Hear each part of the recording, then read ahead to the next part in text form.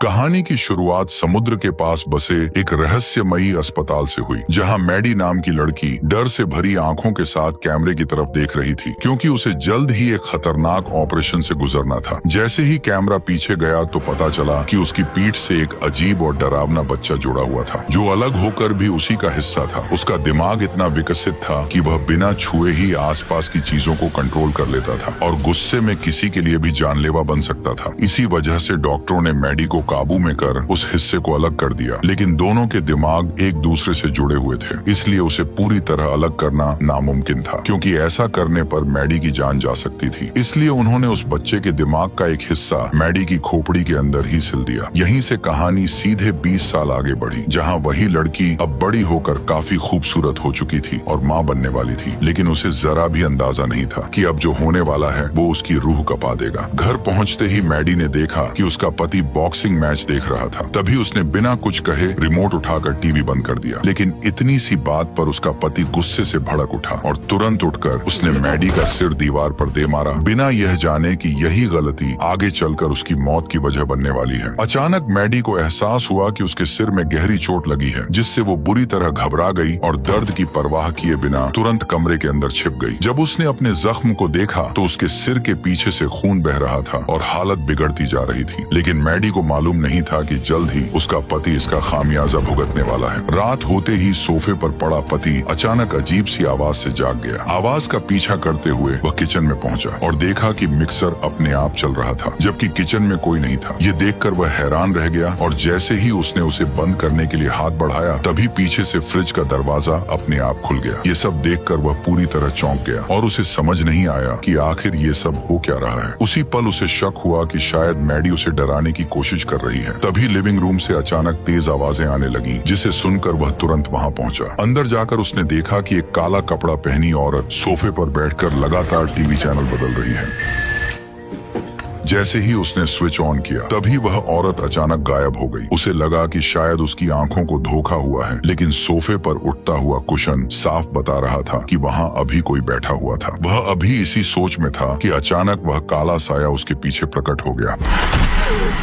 पति की चीख सुनते ही ऊपर कमरे में मैडी अचानक नींद से जाग गई। जैसे ही उसकी नजर तकिए पर पड़े खून पर गई, तभी उसने तुरंत अपने सिर को छुआ और महसूस किया कि खून अभी भी बह रहा है। घबराकर वह नीचे भागी, लेकिन नीचे पहुंचते ही उसने देखा कि उसके पति की गर्दन मुड़ी हुई थी और वह रहस्यमयी तरीके से मरा पड़ा था। इसी बीच उसकी नजर पास बैठे उसी काले साए पर पड़ी, जो बिखरे बालों के साथ वहां मौजूद था। उसे देखते ही वह डर के मारे घबरा गई और सीधा ऊपर की ओर भागने लगी। जैसे ही वह दरवाजा बंद करने लगी, तभी काले साए ने उसे जोर से धक्का देकर दूर फेंक दिया, जिससे वह जमीन पर गिरकर वहीं बेहोश हो गई। कुछ ही देर बाद पड़ोसियों की शिकायत पर पुलिस मौके पर पहुंची और लाश की हालत देखकर चौंक गई। सबसे अजीब बात यह थी कि पूरे घर में जबरदस्ती घुसने का कोई निशान नहीं था और यह समझ से बाहर था कि कातिल अंदर आया कैसे। सच जानने के लिए केस संभालने वाला इंस्पेक्टर अस्पताल पहुंचा ताकि वो मैडी से कुछ सवाल जवाब कर सके, लेकिन अपने बच्चे को खो देने के बाद मैडी इतनी टूट चुकी थी कि वह कुछ भी बताने की हालत में नहीं थी। करीब 15 दिन बाद जब मैडी अस्पताल से घर लौटी, तब एक अजीब घटना फिर से हुई। उसने देखा कि घर के बाहर की स्ट्रीट लाइट अचानक अपने आप टिमटिमा रही थी। इसी दौरान उसे दूर से एक काले कपड़ों वाला आदमी उसकी तरफ आता हुआ नजर आया। ये देखकर उसकी हालत फिर से खराब हो गई और उसका डर वापस लौट आया। वह तुरंत नीचे भागी और घर के सभी दरवाजे और खिड़कियां बंद कर दी। लेकिन जैसे ही वह कपड़े धोने गई, तभी अचानक उसे शीशे पर एक अजनबी औरत का चेहरा दिखाई दिया। अगले ही पल वह काला साया तेजी से आगे बढ़ा और औरत के बाल पकड़कर उसे जोर से जमीन पर पटक दिया। ठीक उसी पल पूरे कमरे का माहौल रहस्यमयी तरह से बदलने लगा। अगले ही पल मैडी अपने आप उसी औरत के घर में पहुंच गई। उसे समझ ही नहीं आया कि यह सब कैसे हो रहा है। उसी वक्त उसने देखा कि काले कपड़ों वाला आदमी ट्रॉफी उठाकर उस औरत पर टूट पड़ा और पागलों की तरह लगातार उसके सिर पर वार करने लगा।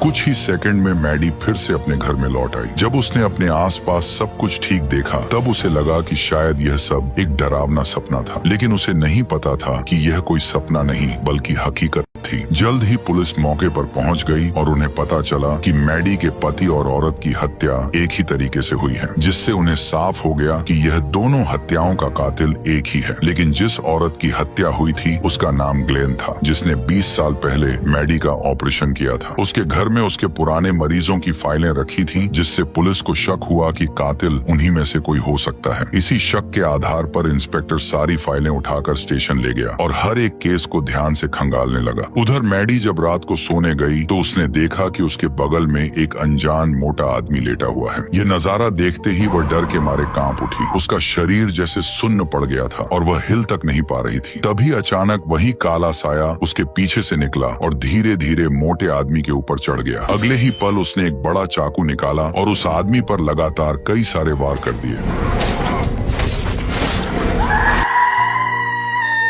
काले साए के गायब होते ही मैडी चीखते हुए उठ बैठी। लगातार हो रही घटनाओं से घबराकर वह अपनी बहन के साथ तुरंत पुलिस स्टेशन पहुंची और इंस्पेक्टर को सब कुछ बता दिया। लेकिन उसकी बातों पर किसी ने भरोसा नहीं किया। उल्टा सब उसे पागल समझकर हंसने लगे। ये देखकर उसकी बहन भड़क गई और बोली कि अगर कुछ भी साबित न हुआ तो हमें पागल खाने भेज देना। ये बात सुनकर इंस्पेक्टर थोड़ा सीरियस हो गया। थोड़ी ही देर में मैडी ने इंटरनेट से उस मोटे आदमी का पता ढूंढ लिया जो सामने वाली बिल्डिंग में रहता था। फिर इंस्पेक्टर ब्लैक सिस्टर के साथ उस जगह जांच के लिए पहुंच गया। जब वे चारों वहां पहुंचे तो देखा कि सच में वही आदमी अपने घर में मरा पड़ा था, जैसा मैडी ने बताया था। ये देखकर इंस्पेक्टर को यकीन हो गया कि मैडी ने हत्यारे को देखा है। इसके बाद पुलिस ने मैडी के बयान पर हत्यारे का स्केच बनवाया, जो बिल्कुल एक डरावने भूतिया इंसान जैसा दिख रहा था। ये देखकर ब्लैक सिस्टर को फिर लगा कि मैडी शायद कोई कहानी बना रही है। फिर भी मैडी ने कुछ नहीं कहा और चुपचाप वहां से चली गई। जांच के दौरान इंस्पेक्टर को डॉक्टर ग्लेन की फाइल में एक अजीब केस मिला। मरीज का नाम एमिली था, जो सिर्फ 7 साल की बच्ची थी। वह अक्सर कहती थी कि उसे अजीब चीजें और शैतान दिखाई देते हैं। उसे ठीक करने के लिए डॉक्टर ग्लेन ने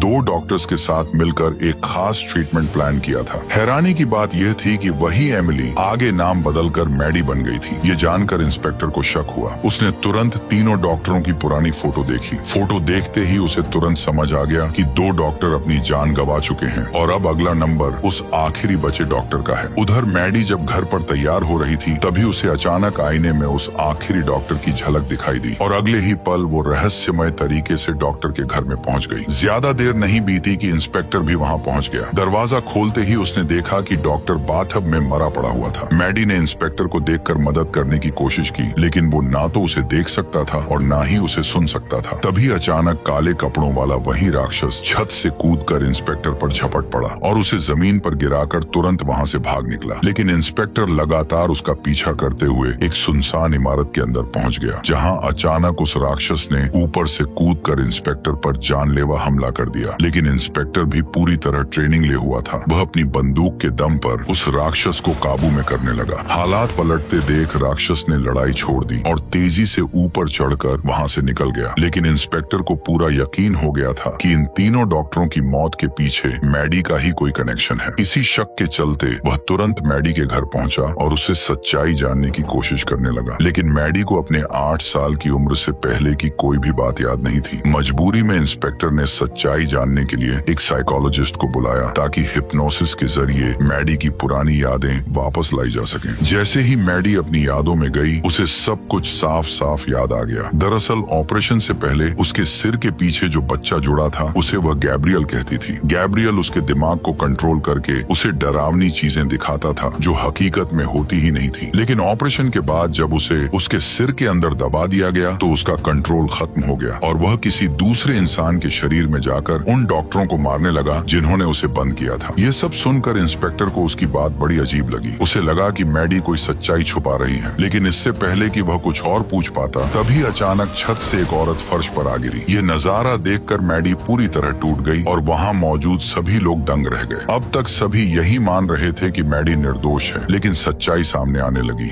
असल में मैडी के घर की छत पर एक औरत को कैद करके रखा गया था और वहीं से उस हत्यारे कपड़े और चाकू भी बरामद हुए। ऐसे में शक सीधा मैडी पर ही गया और पुलिस ने उसे तुरंत हिरासत में ले लिया। लेकिन मैडी बार बार यही कहती रही कि उसने कुछ नहीं किया है, बल्कि यह सब गैब्रियल ने किया है। तभी अचानक इंस्पेक्टर के फोन पर एक अनजान कॉल आया। बातचीत के दौरान उसे एहसास हुआ कि यह गैब्रियल है जिसने मैडी को फंसाने के लिए उस औरत को कैद किया था। लेकिन उस आवाज को सुनकर इंस्पेक्टर के मन में शक पैदा हो गया। उसे लगा कि यह सब मैडी की चाल है ताकि वह खुद को बेकसूर साबित कर सके। इसलिए इंस्पेक्टर ने अपनी समझदारी दिखाते हुए मैडी को तुरंत गिरफ्तार करके जेल में डाल दिया। लेकिन मैडी की बहन को अब भी भरोसा था कि मैडी निर्दोष है, इसलिए सच्चाई जानने के लिए वह सीधे उसी हॉस्पिटल की ओर निकल पड़ी जहां मैडी का ऑपरेशन हुआ था। लेकिन वहां पहुंचकर उसने देखा कि अस्पताल पूरी तरह उजड़ चुका था और वहां आसपास किसी भी इंसान का नामो निशान तक नहीं था। फिर भी वह अंदर गई और उसने काफी खोजबीन के बाद मैडी की ऑपरेशन फाइल ढूंढ निकाली, जिसे वह तुरंत घर ले आई। जब उसने वीडियो टेप देखी तब असली सच सामने आया कि मैडी के सिर के पीछे जो बच्चा था वह जन्म से ही बेहद ताकतवर था। वह सिर्फ उसे डरावनी चीजें नहीं दिखाता था, बल्कि वो मैडी के पूरे शरीर को अपने कंट्रोल में लेकर उसे अपनी मर्जी से चलाता था और यहाँ तक कि किसी को मारने से भी नहीं हिचकता था। इसी वजह से डॉक्टरों ने उसे मैडी की खोपड़ी के अंदर ही हमेशा के लिए कैद कर दिया। इससे उसका कंट्रोल लगभग खत्म हो गया। लेकिन जिस दिन मैडी के पति ने उसे दीवार पर मारा, उस झटके से खोपड़ी के अंदर बंद गैब्रियल फिर से जाग उठा और बाहर निकल आया। फिर उसी ने मैडी को कंट्रोल करके कई हत्याएं कर डाली। ये सच्चाई सामने आते ही मैडी की बहन बुरी तरह घबरा गई। उधर जेल में कुछ गुंडे मैडी को कमजोर समझकर लगातार परेशान करने लगे। वह अकेली थी और उनके सामने बिल्कुल बेबस थी, इसलिए वे उसे बेरहमी से मारने लगे। लेकिन जैसे ही एक गुंडे ने उसके बाल खींचे, अचानक जेल की लाइटें झपकने लगीं और माहौल डरावना हो गया। अगले ही पल गुंडे के हाथ खून से भर गए और मैडी का शरीर जोर जोर से कांपने लगा। फिर अचानक उसके सिर के अंदर से एक भयानक चेहरा बाहर आने लगा और पलक झपकते ही गैब्रियल ने उसके शरीर को कंट्रोल कर लिया। जो गुंडे कुछ देर पहले उसे कमजोर समझ रहे थे, अब खुद खतरे में आ गए। उसने एक एक कर बड़ी बेरहमी से गुंडों को मारना शुरू कर दिया। देखते ही देखते सारे गुंडे उसके सामने चित हो गए और पूरा जेल खून से भर गया। लेकिन जैसे ही वह आखिरी गुंडे को खत्म करने वाली थी, तभी गार्ड ने शोर सुनकर फायरिंग शुरू कर दी। लेकिन गैब्रियल ने गुंडे के शरीर को ढाल बना लिया और उसकी आड़ लेते हुए तेजी से हमला कर गार्ड को भी बेरहमी से खत्म कर दिया। इसी बीच मैडी की बहन ने तुरंत इंस्पेक्टर को गैब्रियल के बारे में सारी बातें बता दी। तभी अचानक पुलिस स्टेशन के अंदर से अजीब चीखें सुनाई देने लगी। जैसे ही इंस्पेक्टर अंदर पहुंचा तो वहां का नजारा देखकर उसके होश उड़ गए। जेल के सारे कैदी और कई गार्ड्स जमीन पर मरे पड़े थे और मैडी गायब थी। किसी को अंदाजा भी नहीं था कि मैडी दरवाजा तोड़कर एविडेंस रूम में घुस चुकी थी, जहां से उसने अपने हथियार लिए और स्टेशन हॉल में खून खराबा शुरू कर दिया। गैब्रियल ने एक एक करके कई पुलिस वालों को मार गिराया। उसका मैडी के शरीर पर पूरा नियंत्रण था और वह उल्टे दौड़ते हुए बिना रुके हमला करता जा रहा था। उसकी फाइटिंग स्किल इतनी खतरनाक थी कि कोई भी पुलिस वाला उसके सामने कुछ सेकंड से ज्यादा टिक नहीं पा रहा था। इसी बीच इंस्पेक्टर वहां पहुंच गया और जोर से मैडी का नाम लेकर उसे होश में लाने की कोशिश करने लगा। लेकिन असलियत यह थी कि मैडी अभी भी जेल के अंदर बंद थी और उसे गैब्रियल के किए गए किसी भी काम की कोई भनक तक नहीं थी। जैसे ही उसने इंस्पेक्टर को हथियार के साथ देखा, उसे लगा कि असली कातिल वही है। इस डर में उसने खुद पर नियंत्रण वापस लेने का इरादा भी छोड़ दिया। मौका देखते ही गैब्रियल ने इंस्पेक्टर पर हमला कर दिया, जिससे उसकी बंदूक हाथ से छूटकर गिर गई। ब्लैक सिस्टर ने भी उसे पकड़ने की कोशिश की, लेकिन वह भी उसे रोक नहीं सकी। इसके बाद गैब्रियल जेल से फरार हो गया। इंस्पेक्टर को तुरंत एहसास हुआ कि अब गैब्रियल का अगला निशाना वही औरत है जो मैडी के घर की छत से गिरी थी और गैब्रियल अब उसे खत्म करने के लिए अस्पताल पहुंचने वाला है। उधर मैडी की बहन भी अस्पताल पहुंच चुकी थी ताकि उस औरत को तुरंत सुरक्षित जगह पर शिफ्ट कर सके। लेकिन बाहर तैनात पुलिस को कड़े ऑर्डर मिले थे कि किसी को भी अंदर नहीं जाने देना है, इसलिए उन्होंने मैडी की बहन को भी अंदर नहीं जाने दिया। तभी अचानक कॉरिडोर की लाइटें टिमटिमाने लगी और पुलिस वाला अचानक अपने सीने को पकड़कर नीचे झुक गया। मैडी की बहन को कुछ समझ नहीं आया और उसने तुरंत आगे बढ़कर गार्ड को संभालने की कोशिश की, लेकिन उसी पल उसके सीने में अचानक तेज धमाका हुआ और वह वहीं मारा गया। ये देखकर वह डर से कांप उठी और तुरंत कमरे की ओर भागकर दरवाजा बंद करने लगी। लेकिन तभी गैब्रियल वहां आ गया। उसने एक जोरदार लात मारकर दरवाजा तोड़ दिया। जैसे ही गैब्रियल अंदर दाखिल हुआ, उसने अपनी ताकत से कमरे की सभी इलेक्ट्रॉनिक डिवाइसेस को चकनाचूर कर दिया, जिससे मैडी की बहन डर के मारे कांप उठी। गुस्से में गैब्रियल ने अपना चाकू निकाल लिया और उसे मारने के लिए आगे बढ़ने लगा, जबकि मैडी उसे रोकने के लिए जोर जोर से चिल्लाने लगी। उसी वक्त इंस्पेक्टर वहां आ पहुंचा। उसने बिना एक पल गवाए 2 गोलियां चलाकर गैब्रियल को घायल कर दिया। जैसे ही वो गैब्रियल को जान से मारने वाला था, तभी मैडी की बहन ने बीच में आकर उसे रोक दिया, लेकिन यह फैसला उसके लिए भारी पड़ गया। अगले ही पल गैब्रियल ने चाकू से सीधा इंस्पेक्टर की छाती पर वार कर दिया और वह वहीं जमीन पर गिर पड़ा। अब मैडी की बहन पूरी तरह अकेली थी। उसने जान बचाने के लिए बंदूक उठाई गई, लेकिन वह गोली नहीं चला सकी क्योंकि गैब्रियल मैडी के अंदर था और उसे मारने का मतलब मैडी की जान लेना था। इसीलिए वह बार बार मैडी को होश में लाने के लिए उसे उसके नाम से पुकारने लगी। लेकिन गैब्रियल ने पूरी ताकत से मैडी के शरीर को अपने कंट्रोल में कर रखा था। तभी अचानक उसने हॉस्पिटल बेड उठाकर मैडी की बहन पर फेंक दिया और वह वहीं दब गई। मैडी ये सब देख रही थी, लेकिन उसका शरीर उसके बस में नहीं था और मैडी की बहन ये बात अच्छी तरह से जानती थी। इसलिए दर्द के बावजूद वो उसे होश में लाने की आखिरी कोशिश करने लगी।